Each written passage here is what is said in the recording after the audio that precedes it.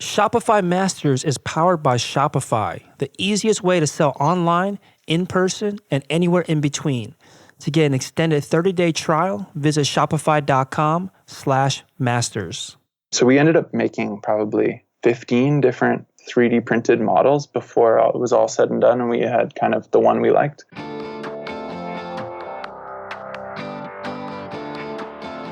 Hey, my name is Felix. I'm the host of Shopify Masters. Each week, we learn the keys to success from e-commerce experts and entrepreneurs like you.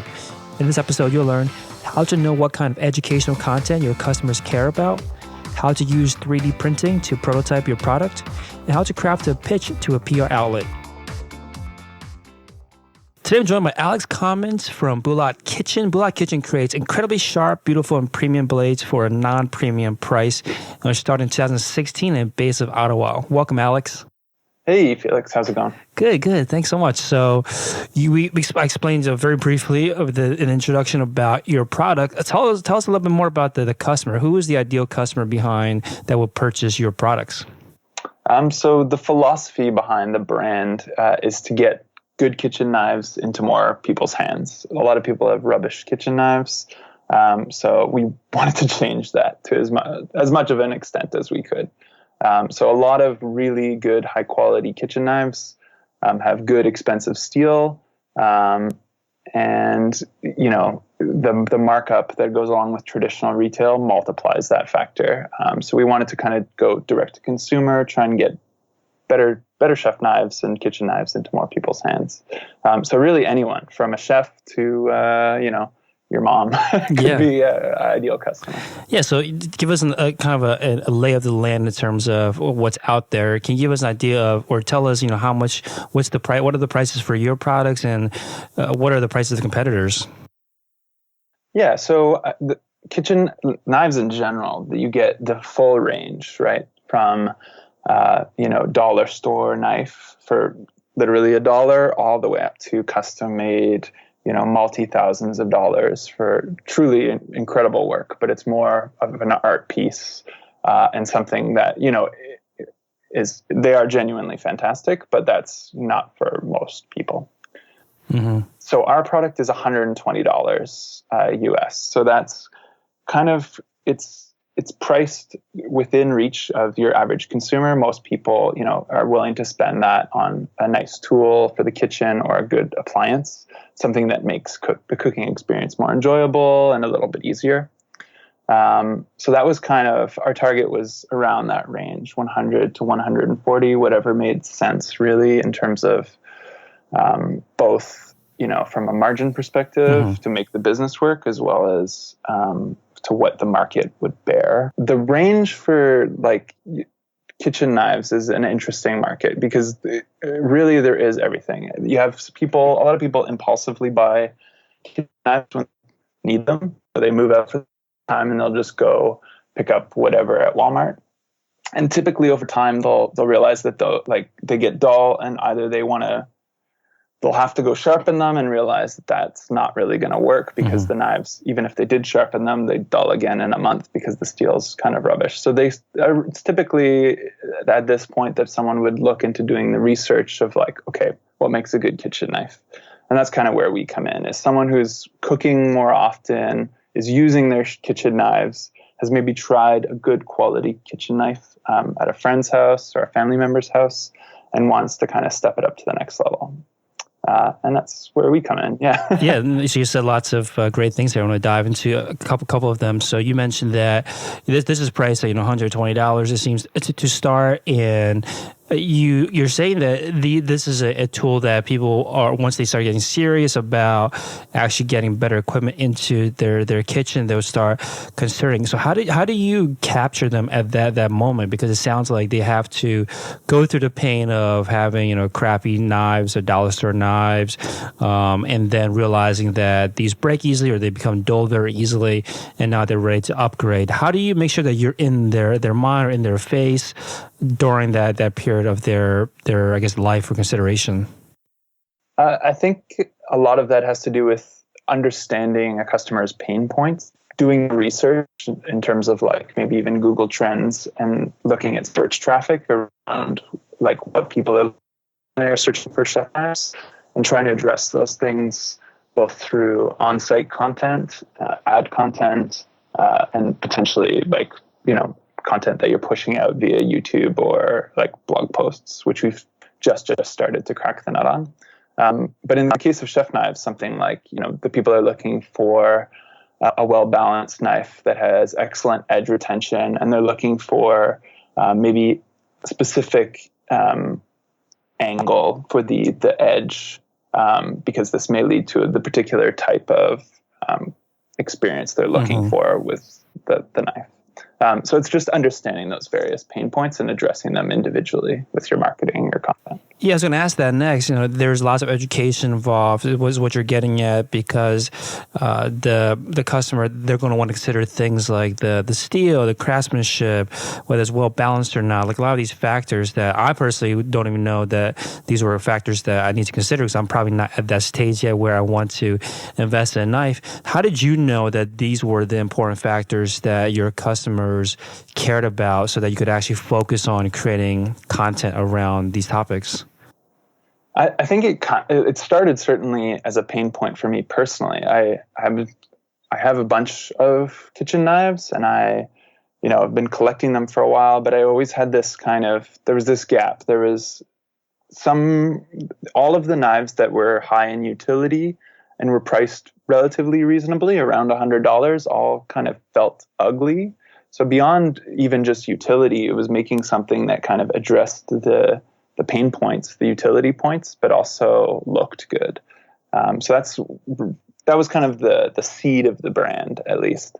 I wanted something that like ticked all the right boxes, but also stood out, and I was like proud to use and enjoyed using on a daily basis, and wasn't like, well, okay, it's a regular looking knife with a black handle that feels great, but didn't feel special. Like it worked well, but didn't feel special. I got it. So you knew that these were things that you cared about. When were you able to test and validate whether the market also cared about these factors? Early on, it was a lot of kind of just market research with Google Trends and looking at search traffic. In AdWords, there's the keyword tool, so you can kind of get a sense for what people are searching for. But then at a certain point, you kind of have to just go on a hunch and because trying to design something by committee also can lead to kind of disappointing results. So you had at some point it was, okay, I knew there was something out there, and I had to kind of explore that. And we did a lot of prototyping actually to kind of land on one design that we were confident enough that we could take to Kickstarter. Got it. So you mentioned some tools there, Google Trends, and also looking at search traffic. Can you get into a little more details on how others can use or maybe specifically how you use these tools and what kind of questions you were trying to answer? Yeah, if you're actually the most useful thing, if you're looking to address a particular question, is like Google suggestions, and there's tools. I can't remember the name, but I think it's called Uber Suggest is a good one. Sounds familiar. Yep. And you can figure out what all of the Google suggestions are around a particular kind of chain of thought. So you'll type in a few terms, and you'll see what the suggestions are for that kind of chain of terms. So you would look up something like "why are my knives," and then see what might be suggested, see what other people are searching for. If why are my knives dull, or why are my knives not balanced, and then you understand that these are factors that your potential customers care about. Yeah, exactly. Or and then just seeing what the discussion is all online around pain points, right? And kind of digging deeper by, looking for, okay, just doing a Google search, even what makes the best chef knife, and then seeing what people are saying on forums, and then figuring out from there, expanding on some of those pain points. I have many chef knives, and I've kind of been around the making of them for a while. So I knew, I had a sense of it, but you end up in your own little silo. Particularly if you have experience in an industry, you kind of end up siloed on the experienced user end of the spectrum, and it's hard to put yourself in the shoes of someone who may be much less experienced. So there's actually a feature of our knife that we did research and led to us including a bit of a finger guard, which is what it just prevents you from hurting your fingers, kind of, from them slipping off the grip and into the back of the blade while you're cutting. And this is like a professional chef would typically not want this in their knife, but we found that there was an appetite for this kind of thing through some research. Got it. So you would get this kind of feedback from using these tools like Uber Suggest, Google Trends, or search traffic, and then also just essentially tuning into what the community was talking about on the forum, see what they're complaining about, seeing what they were concerned about, and then you were taking this information and then going back in and prototyping based on all of this? Yes, yeah. And then we did a bunch of prototyping, we initially just did a bunch of kind of physical, like 3D printing. So we designed something in CAD and then tweak it and see how that felt in our hands. And then with physical prototyping after, kind of later on. This has all happened before the Kickstarter even though. So we had the ultimate product ready to go by the time we launched the Kickstarter. Got it. So when you were prototyping and you got a couple iterations, were you just getting them printed so you can try it out for yourselves, or were you able to get into the hands of any potential customers? What was the next step after getting that feedback, creating the prototype, and then how do you see if that prototype needs to be improved on or not? Yep. So all of those things. So potential customers like lay people, my family and friends, that kind of thing. But also I got in touch with some chefs in Toronto who tested it out and provided feedback. So we had a good feedback loop going on kind of like to really refine the design before we went more public with it. We spent a lot of time getting it right. It paid off, but it was a bit risky. Yeah, and you mentioned earlier about how you can't really design by committee because it could essentially keep you in this loop forever of always making all these changes over and over again. So how did you know what kind of feedback you should take and which ones you could either throw in a backlog or completely ignore? Yeah, at some point it's kind of just got to be a matter of taste, right? So some things aren't going to work together, certain elements. Can you give an example of that? Yeah, in the case of a chef knife in particular, you can't really have like an easy to sharpen knife and a really tough knife. Like they move in opposite directions. So if I was building a knife that was very easy to sharpen, it couldn't have excellent edge retention because those things move in opposite directions. And that's kind of an oversimplification of it. But that's a good example of something. Same with like this finger guard, right? I knew that might be an issue for professional chefs who are sharpening their knife regularly, and it kind of eats away at the blade. And at some point, it's going to get to the point where you're not going to be able to sharpen the bottom of the blade flat just because the finger guard is there and kind of gets in the way.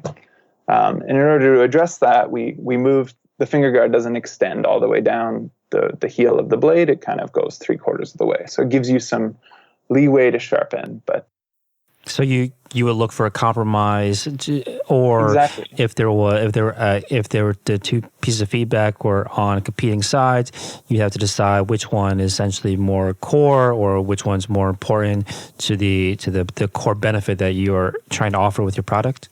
Yeah, and it ended up suiting the design of the knife well. And working out pretty nicely. So based on what you're saying so far, or what you've been telling me, were you in some phase where you're thinking about starting a business and you looked at what kind of experience you had, or were you already just an avid collector of knives and then fell into business? Like, which way did you come about creating this business? I came to it from more of a business background, so I knew there's a real opportunity right now with kind of direct to consumer e-commerce. And I knew this, and I wanted to build a brand online for a number of reasons. I was going to be leaving the city I was in because my wife is a midwife, and so we were kind of jumping around the province. And so I knew I would have this. I wouldn't be able to have a job in a city. I was saving up and to launch my own business. I did a bunch of market research that kind of pointed me in the direction of starting a kitchenware business, but particularly a knife business, which worked out great because it was something I already had a ton of experience with, both as like predominantly as like a user, but also like an enthusiast. I got into knives actually, not from kitchen knives. I became interested in kitchen knives because I was into throwing knives, which is a strange and small hobby. Yeah, this sounds like a much larger market, what you're going after than throwing knives. Yeah. Now, are there certain, I think what you're saying about direct-to-consumer is certainly a very fast-growing, I guess, business model. I see ads all the time now for direct-to-consumer. I think, glasses and mattresses were one of the leading industries for bringing direct-to-consumer. Are there certain industry, based on what you've seen now by going through this, are there certain aspects of an industry that can lend well to direct-to-consumer that might be ripe for that kind of disruption? That's the challenge, I think, is figuring out which kind of industries are kind of ready for the taking. It really depends on the industry. Like if you were to look at something like mattresses, it was because previously shipping a mattress with coils in it, wasn't really possible until a few years ago. So that innovation led to squishing it into a box. In our case, knives are a bit different. People are ordering them online, but to a large extent, people still do want to hold and touch and feel this thing that's, if you use it a lot, it becomes kind of an extension of your arm. Like if you get that comfortable with it, right? You want to be able to like know where it is so you don't hurt yourself with it. So having a good feel of it is usually pretty important. So we get around that by being good about basically unlimited returns that are free, right? So if you don't like it, you can send it back. And also trying to show more than tell on the website. And this has helped a bit. I feel like, we can go a bit farther in that direction for sure, but it gives people the confidence, at least, that this thing works well. Yeah, can you say more about this? I think this is an important point about show more than tell. Can you give an example of what a telling would be, and on the other side, what it would mean to show? Yeah, particularly when it comes to knives, it's just like show the knife cutting effectively, really in the hands of someone who knows what they're doing. And we aren't doing enough of this, but we, in the past, when we have done some of this in ads or on our Kickstarter page or even on our website, it works quite well, and it resonates with people. So I was going to say, this usually means like lots of images and videos and probably less focus on text. Copy, yeah. Minimal copy, actually. Very, very visual. I think like people want to understand at a high level what makes your knife, like what are the features of it, but beyond that, they want to see, okay, like how does this thing work well? The knives are a weird, and the jury's still out on this in terms of like my opinion, but because you can go get a knife that will work at least for one kitchen session, like the price range is infinite, right? You can pay nothing all the way up to thousands of dollars. I think knives are in a very unique place in the market where like utility, like raw utility to cut like a vegetable up is not as important as like how it works, right? And maybe they are even unique in that way. Like, a hammer, I'm sure I may be oversimplifying this, but like if you were a contractor, a hammer is a hammer to a large extent. I'm sure there are like I know there are specialized framing hammers, but basically anything will do the trick. But it's about like, something that's dangerous and as personal as a chef knife seems to have a lot more emotion tied to it. I see. So it goes beyond just the actual use of the product. There's more behind just using it as a cutting tool, essentially. Absolutely, yeah. So like getting bogged down with features, I feel like it doesn't really encapture, wouldn't move the needle, right? If you just listed all the features of a chef knife. Right, that makes sense. So I want to talk a little bit about the process. Going back a little bit to the process of creating basically the perfect knife to start shipping out. You went through lots of iterations of prototyping, and you mentioned that you utilized 3D printing to help along with this. Talk to us about that. Like how for someone out there that wants to go down this path of creating a product, but they want to iterate over it or through it a bunch of times, but they don't have the funds to create a bunch of actual samples. How does 3D printing work, and how did it work in your case? It was good. It was bad, and then it was really good. So I had no CAD experience. So I tried hiring someone, and I was really hoping that would work out. But I tried 2 different contractors to help with turning a 2D design into a 3D model that we could then go 3D print. And it didn't work out. So I ended up having to kind of invest time personally into learning CAD. But once I did kind of get a sense of, okay, I can make this thing myself, being able to iterate on it was like infinitely useful. Like we can print a 3D model of a knife for $30 instead of, creating tooling, which could cost $1,000 to iterate on a new version of a knife.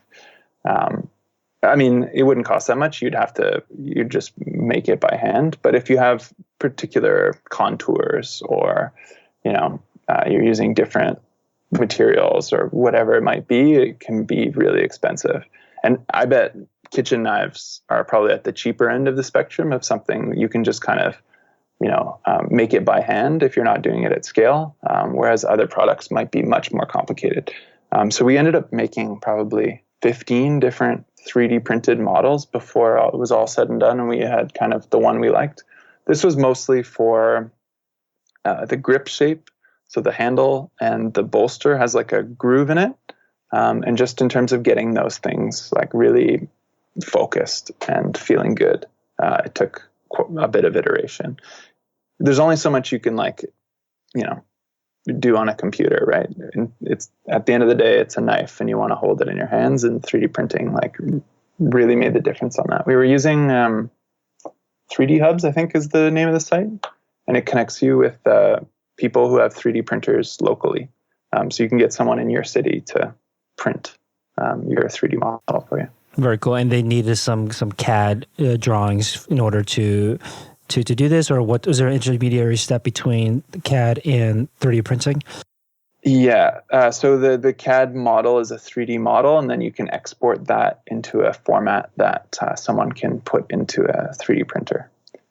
And there's usually the 3D printer will have some software that helps you kind of get it from a 3D model into something that's printable. But usually, like if you can get the 3D model, the printer should be able to help you out with the rest of it.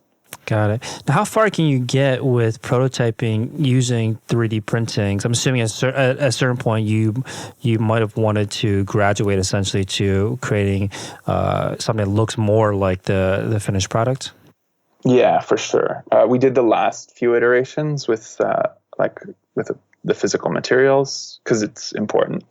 I had been testing the steel we are using for quite some time because we were trying to get excellent edge retention. And so this is kind of a balance of the heat treatment program. So we use computer controlled heat treatment, so we could kind of fiddle with things a little bit to try and get optimal edge retention for the kind of the thinness and angle of our edge, which that's really detailed. But basically we just wanted to really, tune it so it was performing the way we wanted. And you can't do this with 3D printing, right? You really need to play around with the actual physical material. Same with the wooden handles, right? We wanted to just kind of try making some so we could figure out some of the kinks that might come up with full-scale production. Got it. And when you went to manufacture, were there assets that you could give them from your 3D printing work? Yeah, absolutely. So that the 3D models create some of the tooling to kind of cut out the shape of the blade, and to form the contours of the bolster. So yeah, for sure, the 3D modeling was useful beyond just the prototyping stage. It was really useful for even communicating with the manufacturer around the exact specifics of the product. Got it. Now, you mentioned Kickstarter a couple of times. Did you already have a finished product by the time you were ready to launch on Kickstarter? Yeah, so we did.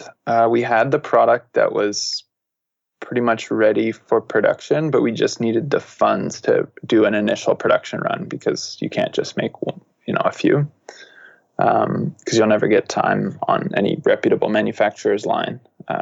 It's just kind of the reality. Yeah, I kind of saved up some money, and the money was originally going to be used for I was never going to do Kickstarter. I was originally going to just use the money I'd saved up to fund an initial production run. Mm-hmm. But it took longer than I expected to get like a product I was comfortable with making. So I ended up dipping into those savings just to kind of pay the rent and live. And then realized Kickstarter was like a fantastic way to kind of test the market, build an audience, and raise money for that initial production run all in one go. So initially, it was kind of the plan was to just kind of launch the product, but Kickstarter ended up being kind of a wonderful thing that I just kind of fell into originally, and then once we committed to Kickstarter, I did a bunch of research about marketing your Kickstarter and how to build a following there.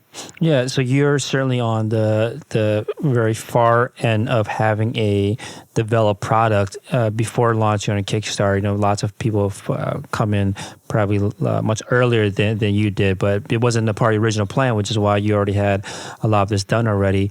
How much do you think it helped your project to have pretty much a finished product? And did it hurt your project in any way? No, I think this was done intentionally too, because once we decided to go down the Kickstarter path, we really invested on trying to work out a lot of the kinks with production and getting the design right before we did the Kickstarter. Because I knew if the Kickstarter did well, if we disappoint people after the Kickstarter, then we're sunk anyway. So getting the product out there in a reasonable amount of time and the reaction from those people being positive was absolutely paramount to the success of the business long term, and to get us to where we are now. So the reception was really good, and I think a large part of that was the equity we built up initially in terms of getting the product right before launching on Kickstarter, instead of trying to figure it out after. Yeah. Right. So because you were so far along already, you were able to deliver probably much better than the expectations for other Kickstarter campaigns. Exactly. And that's huge. Kickstarter people are amazing. Like I had no idea that this community was like so dedicated and vibrant and supportive.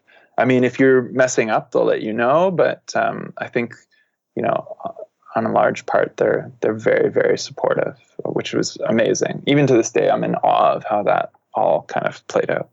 Got it. So you mentioned to us before the podcast in the pre-interview questions about how you were actually able to bootstrap this entire business to get to where it's at today. How long did it take before were you able to sell any products prior to Kickstarter, or were the first sales after the campaign? The first sales were as part of the Kickstarter. So that was all a pre-order from the Kickstarter onwards. I had just, I'd saved up money for about a year prior to that. I was working, I had a day job for the last eight years before that. Mm-hmm. So for the last year, I knew I'd always had this entrepreneurial bug and wanted to do my own thing. So I'd been saving up some money to just be able to take time off work to spend the time in order to build this business. You don't need to do that, I don't think. Yeah, you don't need to quit your day job before you have other income coming in. I probably wouldn't recommend that to most people until they have a product they're quite confident has market fit. So that was like quite scary. If the Kickstarter failed, I was kind of, would be working at a coffee shop or whatever. Yeah. And now, how much runway do you think you would recommend someone have if they were to follow in your footsteps and to quit essentially before any revenue started to come in? It depends on what you're trying to do. If you're trying to develop a new product in a busy market, I think it's a bit riskier because there has to be a reception for that product. If you're doing private labeling or just like kind of straight businessy stuff like arbitrage or drop shipping or something like that, I think there's less risk there that you're going to kind of you can kind of, it's more your marketing prowess that's going to make it succeed or fail as opposed to the merits of the actual product. Right. There's less variables in place for success when you are launching, just, like you're saying, focusing on being a retailer essentially, rather than, in your case, you're creating, you're inventing products, and which is, much more risky. It's risky up front. I think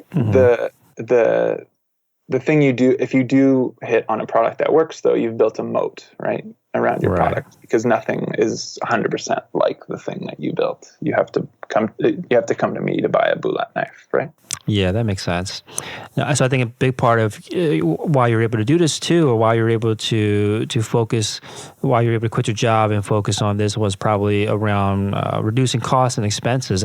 Any tips there on what do you think, or maybe to begin with, what do you think entrepreneurs typically spend a lot of money on that maybe they could cut out so that they can bootstrap their way towards generating a profitable business? Yeah, this is tricky. I mean, I'd been doing web design and marketing that was my profession for a while. So I had a lot of the skills necessary myself to kind of take this on, right? So I did a lot of things that people would typically pay other people to do, like web development or provide marketing expertise. I was kind of just doing that myself. That said, everything I've learned, I just learned online. I didn't learn this in school, right? You can kind of, like, if you want to learn how to build an online business and how to market it, the resources are absolutely at your disposal. Certainly now more than ever. Like, even compared to 10 years ago when I started learning this stuff, the resources are way, way better. And to a large extent, it's changing all the time. So you need to be on top of it anyway. Right.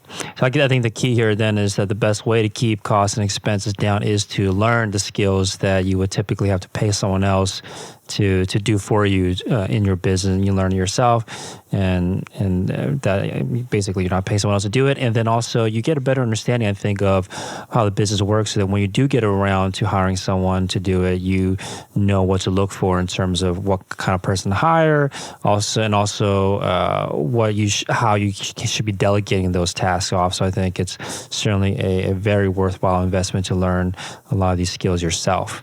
That also gives you if you have some knowledge of the industry, it also gives you some taste in order to understand how people are pricing their services, and know who's offering something good versus bad, and if the price is good or bad. So it gives you a bit of that baseline knowledge, even if you don't have the time to, let's say, design your own website. You'll know enough at least to kind of where to begin the conversation. So one thing that you mentioned that you had to learn or spend time researching was how to run a successful crowdfunding Kickstarter campaign. Talk to us about that. Like, what are some things that you found in your research that you knew you needed to apply towards your campaign? Yeah. So there was a few. So I knew that PR plays a big role in the success, the big organic success of many Kickstarters. So you need news coverage. The trick with that is you're not going to get news coverage unless you are partially funded, because a Kickstarter that's sitting at $0 funding, no one's going to write about that. So you need to get the ball rolling. A lot of that comes down to your personal network. Thing you can do ahead of time in terms of building a list, but you need to have some awareness of what's going on before you launch, and people need to be primed to buy. So in my case, I kind of had done both. I had a bit of a list, and had kind of warned a lot of people in my personal network that this thing was coming out, and gauged interest in whether they would become backers, and got them to back within the first day, in order to get me to kind of 20% funded. Originally, we were trying to raise $25,000. So getting to 20% funded, isn't impossible, but if no one wants to back your thing, it's going to be an uphill battle. So that's very important, is to get that early success. Will really help you a lot down the line. Once you have some of that early success, PR, you need to have a very well thought out PR strategy about who could potentially write about this and how you're going to get it in front of them and why they would write about it. In our case, it was mostly just we got a few random hits, really, from a long list of people we reached out to.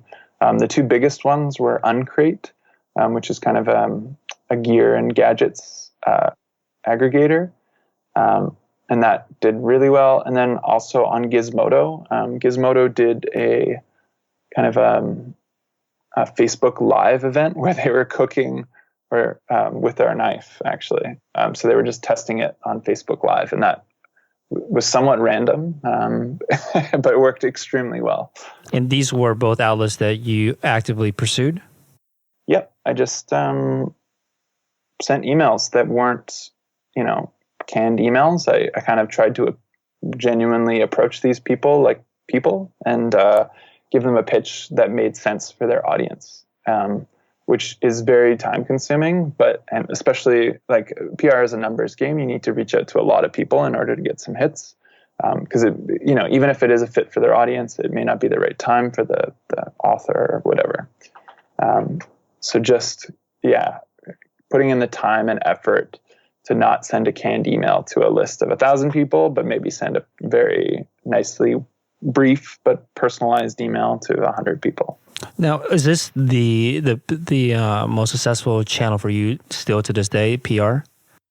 Yeah, PR and cross promotions. We've done some successful cross promotions with other kitchenware brands that have gone over really well. But I would say probably mostly PR. We've had some really successful email campaigns. Email has worked extremely well for us. A bit of success with paid advertising and Facebook and stuff like that. Oh, cross promotion is definitely something interesting that I want to get to in a bit. Before we get there, the PR outreach that you're doing, you mentioned that you have to be very intentional about who could potentially write about you and your product, and also understand and communicate why they would want to write about it. And you mentioned as well that it's a numbers game. How do you balance that? How do you balance between let's spend as little time as possible so we can reach as many outlets as possible versus hitting less outlets, but folks spending a lot more time on creating the right pitch?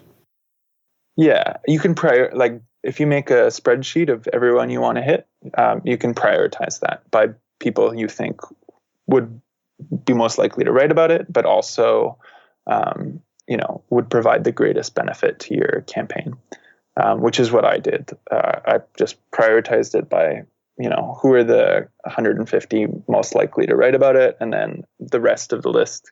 If you get there, you get there. If you don't, you can send a spammy email, which I didn't. People don't. I've done PR before. People don't these people get thousands of emails a day potentially, depending on the author. So if you send them a canned email, they're just going to ignore it, unless it's about something they've already heard about, which is unlikely. So prioritizing the list and starting with the people you think are most likely to write about it. Yeah, so that's an important point about how you want to focus on who is basically the lowest hanging fruit, right? Who's primed and ready to write about you the most, and rank it that way, because now you have to also think about who would be the biggest benefit to you, right? Getting on a place like Uncrate or Gizmodo, I think, would be a huge benefit. Obviously, it was for you, but they were probably less likely to write about you than some no-name blog, I'm guessing, right? So how do you Yep. know in that case, in that situation, like what's more important? Is it the low hanging fruit or the biggest benefit? And of course, if it's both, then that makes the most sense. But when you have to choose between whether you should focus on the small publications versus the ones with the greatest reach, how do you decide how to prioritize your time?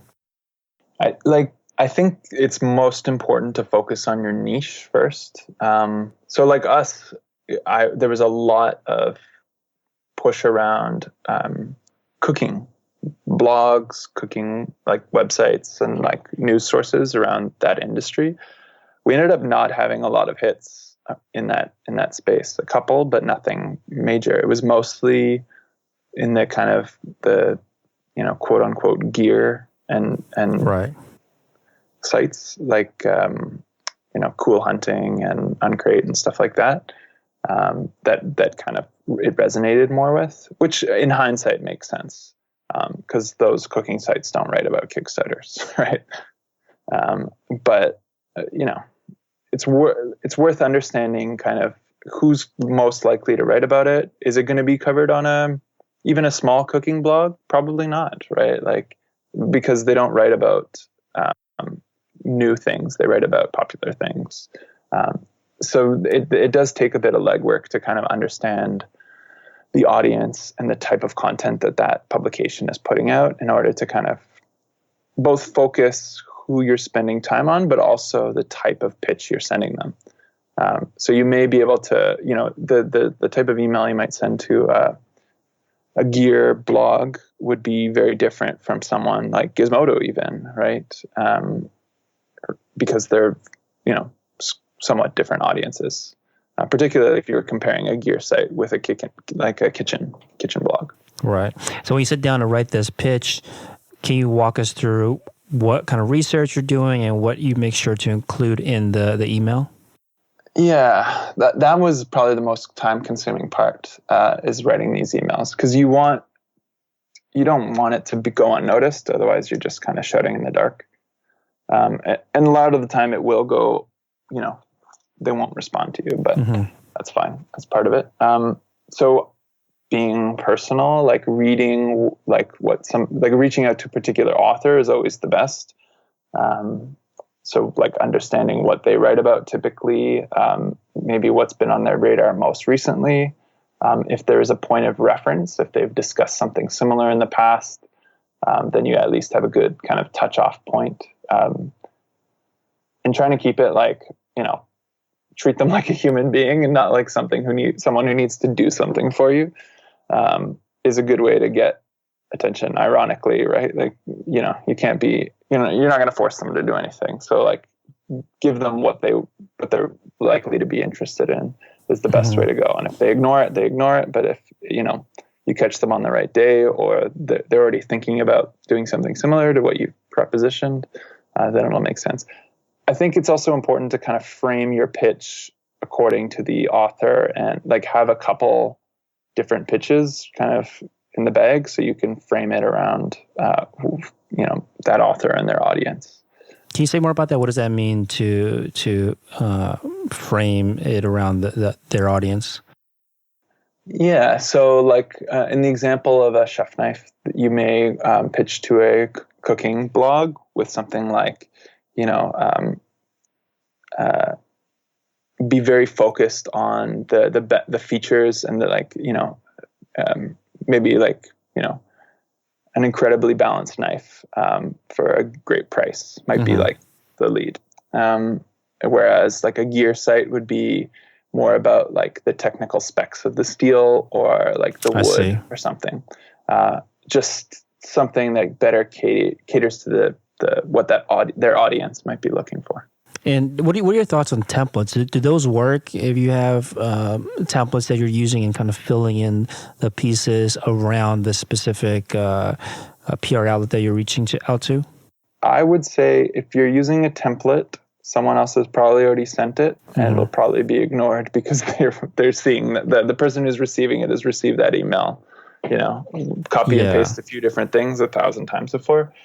You can take the base elements of a template, like what is the template, make that your own. I think that you probably get better results like that. I certainly did that, right? Like I know what at some level there's going to be a commonality between all PR pitch emails, but making it personal and unique goes a long way. Got it. So I want to talk now about the cross promotion that you've been doing that has been successful for you. Well, what is a cross promotion? Yeah, so there's kind of two buckets here. So when we did a Kickstarter, and then after the Kickstarter ended, while we were making the knives for all of those pre-orders, we started a Indiegogo in demand campaign, which is the ability to continue to sell pre-orders after your finite campaign has ended. Whether you did a 30-day campaign on Indiegogo or Kickstarter, you can kind of migrate that to Indiegogo afterwards, so you can continue to do pre-orders. While we were doing both of those crowdfunding campaigns, we did cross promotions with other crowdfunding campaigns, and this worked quite well. And we kind of just sourced those by reaching out to other campaigns that we felt might have some crossover audience. So anyone doing like a Kickstarter that was in the kitchen space or anything like that, we had good success with cross promoting those, usually in updates. So you're kind of regularly discussing the development of your product with your audience, and you want to be at the bottom of those. You just typically like plug another campaign that your backers might be interested in. And then we did that quite a bit during the crowdfunding campaigns. And then afterwards, we've kind of worked a bit more closely, but like more intensely, but less volume in terms of cross promotions with bigger brands than us. So we have a relationship with Anova, which is the sous vide. Yeah. And so they're selling Boulette chef knives on their site as kind of an accessory to the sous vide, which is just kind of one example of a kind of cross promotion. Right. And when you do these kind of cross promotions, do you have to focus on brands that are at the same level in size or in basically a customer list as you, or can you shoot higher than that? Like, what's been your experience? Yeah, I mean, I don't think there's any harm in shooting higher, certainly, because sometimes bigger brands are looking to both communicate value to their followers. Like if it makes sense for this bigger brand to tell their audience about you, and that bigger brand would see some value there, I think it makes sense. And I've had some success with that for sure. And it does add value, right? Like if you are an appliance brand, and typically you're only talking about your own appliance, that may tire your audience after some time. So introducing new things that this brand thinks is interesting could certainly kind of help with engaging their audience, and it kind of scratches our back in terms of sales, right? Those relationships are they're asymmetrical though, right? Because we would get sales out of it, and they would, get something more intangible, like, customer engagement. So those can be a little bit harder to sell as opposed to someone who's like a brand at your level, kind of doing similar sales, and it's kind of a mutual back scratching. But they can be done. So you were doing this initially using during with your ongoing Indiegogo in-demand campaign, and you were doing this through these updates that you were able to send to the contributors to the campaign. But nowadays, are you using how's it being done? Is it through email marketing where you're doing these cross promotions, or what platforms are you cross promoting on? Yeah, so it's become much less frequent now, because I don't want to be spamming any of my audience at all.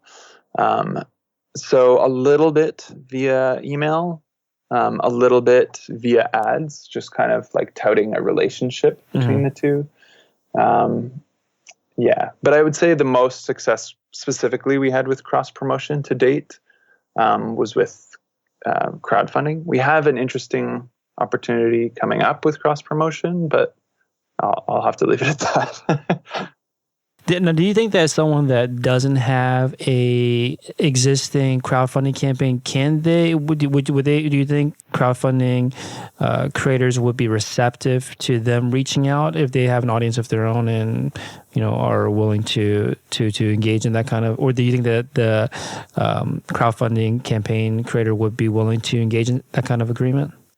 Yeah, I think that they are, because there's like an established communication schedule within crowdfunding campaigns, that most of them are quite receptive to that. If you can expand their audience because you have an email list that you're willing to promote their product to, I think that they would probably definitely be open to that. Most crowdfunding campaigns are looking for kind of any marketing they can get. Mm-hmm.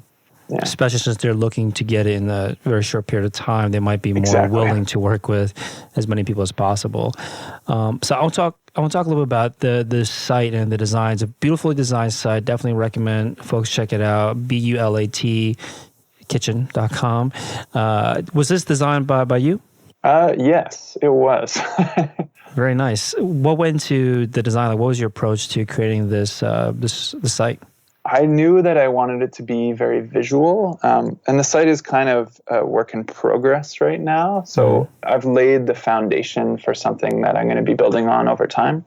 And this was kind of done intentionally so that I could, create landing pages that catered well to specific campaigns, and adding other products in the future. And is this like a custom theme, or did you use a free theme? What is it built on? Yeah, the theme's name is Narrative, and it's a free theme on the Shopify theme store.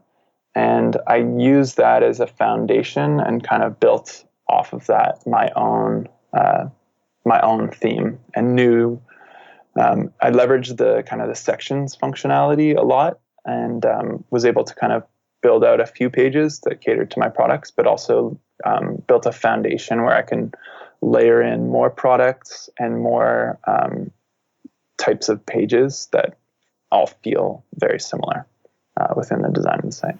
Got it. Now, what other kind of apps or tools that you use on or off Shopify to help run the business? So we leverage a 3PL, a third-party logistics company called Ingram Micro, which is all synced through the Shipwire app, which is tremendously useful for fulfillment.